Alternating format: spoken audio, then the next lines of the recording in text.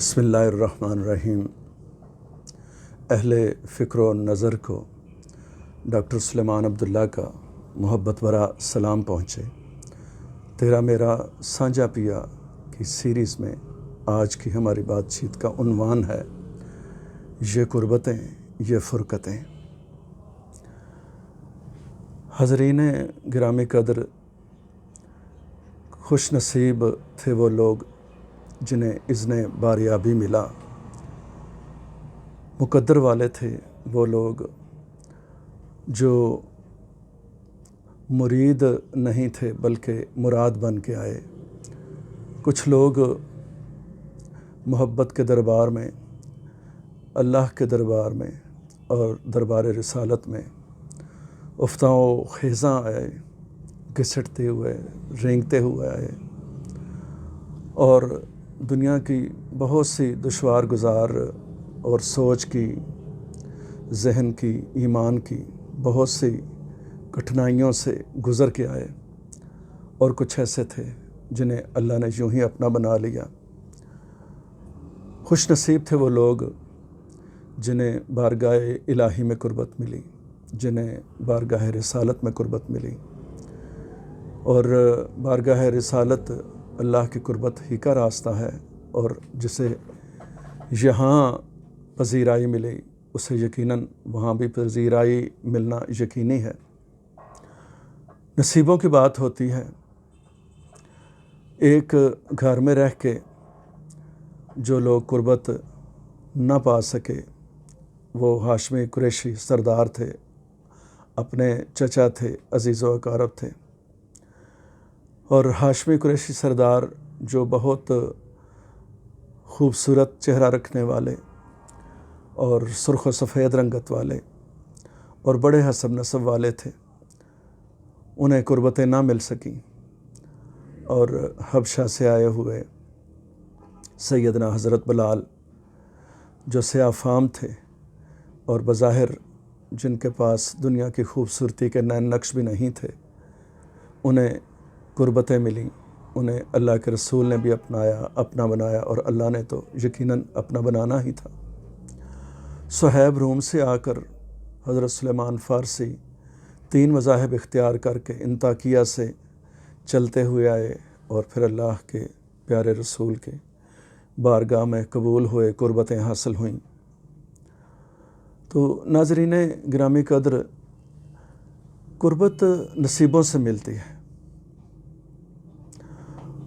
محنت کرنے سے بعض اوقات اس کا وہ حصہ یا وہ منزل نہیں ملتی۔ جیسے اللہ والے کہتے ہیں کہ اکنا لبدیں لبے ناہیں، اکنا نو وچراہیں۔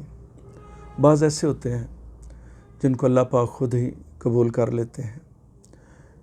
یہ قربت والا راستہ ایسا ہے کہ یہاں قابلیت نہیں، قبولیت دیکھی جاتی ہے، اور یہ محبت والا راستہ ہے، اور سوچا جائے تو یہ محبت سے بھی کہیں کوئی اوپر کی چیز ہے جو قربت سے نوازتی ہے۔ جیسے حضرت زید رضی اللہ تعالیٰ عنہ بکتے بکاتے آئے، سرکار دو عالم صلی اللہ علیہ وآلہ وسلم کے غلام تھے، آپ کو ان سے بے درجہ محبت تھی، بے حد درجہ محبت تھی۔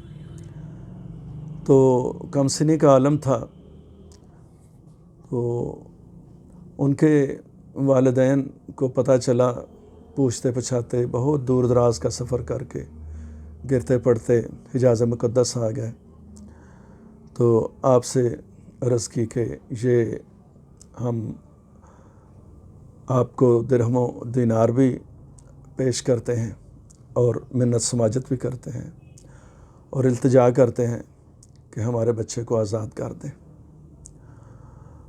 تو انہوں نے جب ایسا کہا تو سرکار دو عالم صلی اللہ علیہ وآلہ وسلم نے فرمایا کہ زید سے پوچھ لیں، تو پیسوں کی یا درہم و دینار کی کوئی ضرورت نہیں، اگر وہ جانا چاہیں تو کوئی ایسی بات نہیں، آپ لے جائیں۔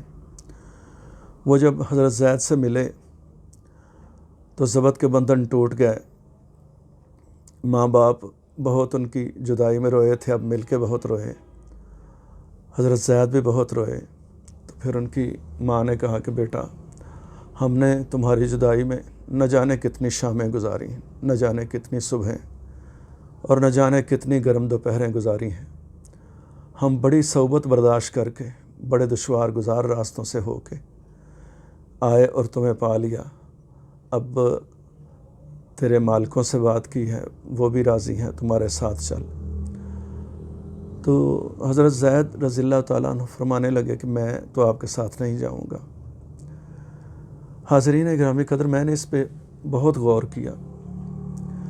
یہ محبت نہیں تھی۔ ماں باپ کے ساتھ ایک چھوٹا سا کم سن بچہ نہیں جانا چاہتا اور سرکار کی خدمت میں رہنا چاہتا ہے۔ یہ محبت سے بڑی اوپر کی چیز تھی۔ وہ محبت نہیں، کچھ اور شے ہے، سکھاتی ہے جو غزنوی کو ایازی، اور میں غزنوی سو منات دل کا، تو سراپا ایاز ہو جا۔ تو حضرت زید تو سراپا ایاز ہو گئے۔ جیسے کہتے ہیں کہ مچھلی کو پانی سے محبت نہیں، مودت ہوتی ہے۔ یہ محبت سے بہت اوپر کا درجہ ہے۔ کیا درجہ ہے کہ پانی سے اس کو اتنی مودت ہوتی ہے کہ پانی سے نکالیں تو تڑپ تڑپ کے جان دے دیتی ہے۔ بلکہ کہتے ہیں کہ 4 دفعہ اس کو موت آئے تو بھی پانی کی طلب اس کے ساتھ ساتھ رہتی ہے۔ یعنی ایک دفعہ جب اسے دریا سے یا سمندر سے یا پانی سے نکالا تو ایک موت ہے، اس کے بعد وہ چھری تلے آئی تو دوسری موت ہے، اس کے بعد وہ پکی اور تیسری دفعہ وہ دانتوں کے نیچے آئی، پھر یہ موت ہے۔ تو جب چھری تلے آئی اس کے بعد بھی اس کو پانی سے صاف کیا جاتا ہے، دانتوں تلے آئی تو اس کے بعد بھی اس کے ساتھ پانی پیا جاتا ہے، اور جب معدے میں چلی گئی تو یہ اس کی چوتھی موت ہے، اور جب معدے میں جاتی ہے تو اس کے بعد بڑی پیاس لگتی ہے۔ یعنی 4 دفعہ مرنے کے باوجود پانی سے اس کی محبت یا مودت کم نہیں ہوتی۔ تو یہ قربت ہے پانی سے۔ اور حضرت زید سے رضی اللہ تعالیٰ عنہ اور حضرت اسامہ سے سرکار دو عالم کی کیسی قربت تھی، کیسی محبت تھی، یہ سبھی جانتے ہیں کہ وصال مبارک سے کچھ عرصہ پہلے حضرت اسامہ رضی اللہ تعالیٰ عنہ کا لشکر آپ صلی اللہ علیہ وآلہ وسلم نے خود تیار کیا، جس میں ان کی کمان میں بڑے جید صحابہ کرام تھے، یعنی عمر رسیدہ صحابہ کرام، ایک صرف 16، 17 یا 18 سالہ بچے کی میت میں تھے، اور ان کی امارت میں وہ ان کے انڈر تھے، یا وہ امیر تھے اور وہ مامور تھے۔ تو حضرت عمر رضی اللہ تعالیٰ عنہ نے اپنے عہد خلافت میں جب وظائف مقرر کیے تو عمر بن عبداللہ رضی اللہ تعالیٰ عنہ شکایت لے کے والد گرامی کے پاس حاضر ہوئے اور فرمایا کہ یا امیر المومنین، آپ نے اسامہ کا وظیفہ مجھ سے کہیں زیادہ مقرر کیا، کیا وہ مجھ سے زیادہ متقی اور پرہیزگار ہیں؟ کیا مجھ سے زیادہ انہوں نے غزوات میں شرکت کی ہے؟ تو حضرت عمر رضی اللہ تعالیٰ عنہ نے فرمایا، بیٹا یہ بات نہیں ہے، بات دراصل یہ ہے کہ تو نہیں جانتا، لیکن میں جانتا ہوں کہ اللہ کے سچے رسول صلی اللہ علیہ وآلہ وسلم کو جو محبت تیرے باپ سے تھی، اس سے کہیں زیادہ محبت اسامہ کے باپ سے تھی، اور میں جانتا ہوں کہ اللہ کے سچے رسول صلی اللہ علیہ وآلہ وسلم کو جو محبت عمر کے بیٹے سے تھی رضی اللہ تعالیٰ عنہ، اس سے کہیں زیادہ محبت حضرت زید رضی اللہ تعالیٰ عنہ کے بیٹے اسامہ سے تھی۔ تو وہ جو سرکار دو عالم کی محبت تھی، اس کی بنیاد پر میں نے وظیفہ مقرر کیا ہے۔ یہ قربت ہے۔ فرقت سے بڑا کوئی عذاب نہیں ہے۔ فرقت کی ایک گھڑی ملن کی کئی صدیوں پر باری ہوتی ہے۔ اللہ والے کہتے ہیں اللہ سے محبت کرنے والوں کو اس محبت کے میدان میں فراق ہی فراق ملے گا، جدائیاں ہی جدائیاں ملیں گی، فرقتیں ہی فرقتیں ملیں گی۔ فراق اور ہجر محبت کی نگری کا سلطان ہے۔ اللہ سے محبت دنیاوی محبتوں سے بہت مختلف ہے۔ یہاں ہر لمحہ، ہر آن، ہر گھڑی وصال ہے، کہ اللہ جل شانہ سے نزدیک کوئی نہیں، اور اس محبت کی راستے پر فراق ہی فراق ہے کہ بندہ ساری عمر چلتا رہے تو اپنے محبوب حقیقی کو پا نہیں سکتا، اس تک پہنچ نہیں سکتا۔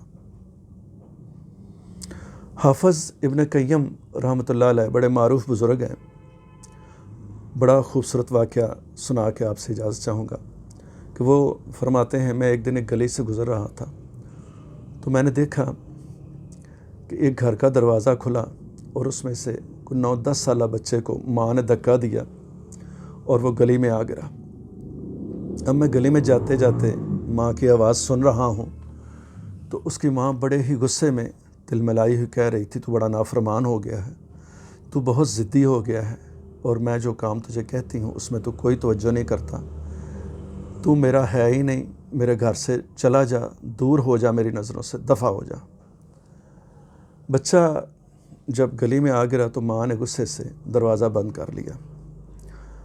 بچہ رونے لگا تو حافظ ابن قیم رحمۃ اللہ علیہ کہتے ہیں، میں گلی کے نکڑ پہ کھڑا ہو کے دیکھنے لگا کہ اب کیا ہوتا ہے۔ بچے نے دروازہ کھٹکھٹایا، ماں نے پھر تھوڑا سا دروازہ کھولا اور اسے کہا، میں نے تجھے کہا ہے دور ہو جا میری نظروں سے، اور پھر اسے دھکا دیا۔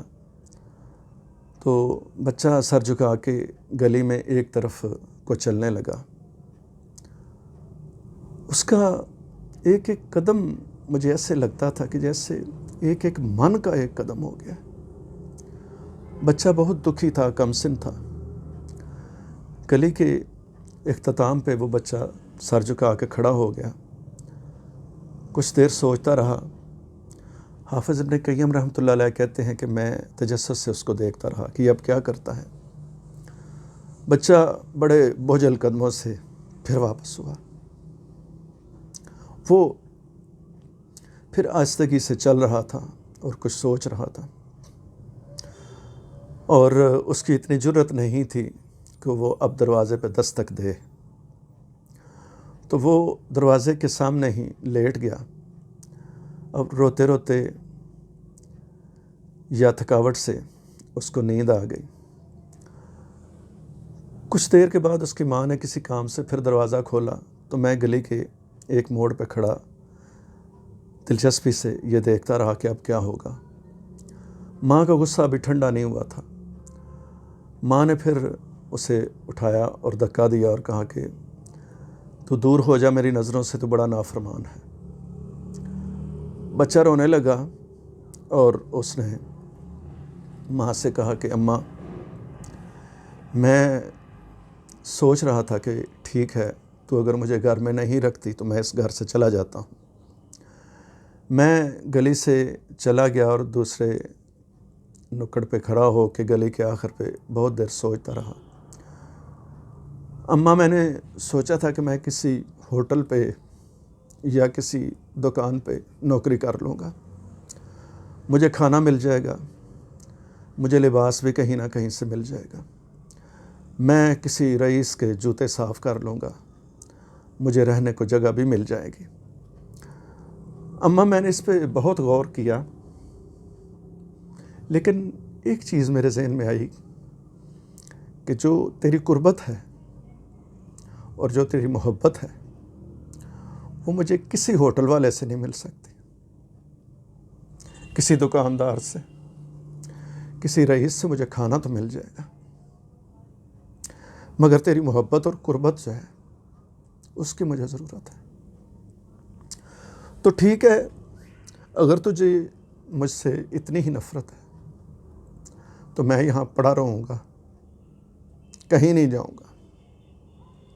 یہ سن کر ممتا جوش میں آئی تو اس نے بچے کو گلے لگا لیا۔ تو ماں بار بار کہہ رہی تھی کہ بچہ، میرا پیارا بیٹا، میں تیری اس بات کے ساتھ متفق ہوں کہ فرقت سے بڑا کوئی عذاب نہیں، اور قربت سے بڑی کوئی نعمت نہیں، کوئی نعمت نہیں۔ میں آپ سب کے لیے دعا گو ہوں کہ اللہ جل شانہ مجھے، آپ کو اور ہم سب کو معاف فرمائے، اپنی قربت عطا کرے اور اپنی فرقت سے بچا لے، اور مجھے اور آپ کو اور ہم سب کو اللہ پاک اپنی پسند والی زندگی عطا کرے، ہم سے اس طرح سے راضی ہو جائے کہ پھر آئندہ کبھی ناراض نہ ہو۔ میں آپ سب کے لیے دعا گو ہوں۔ خدا حافظ۔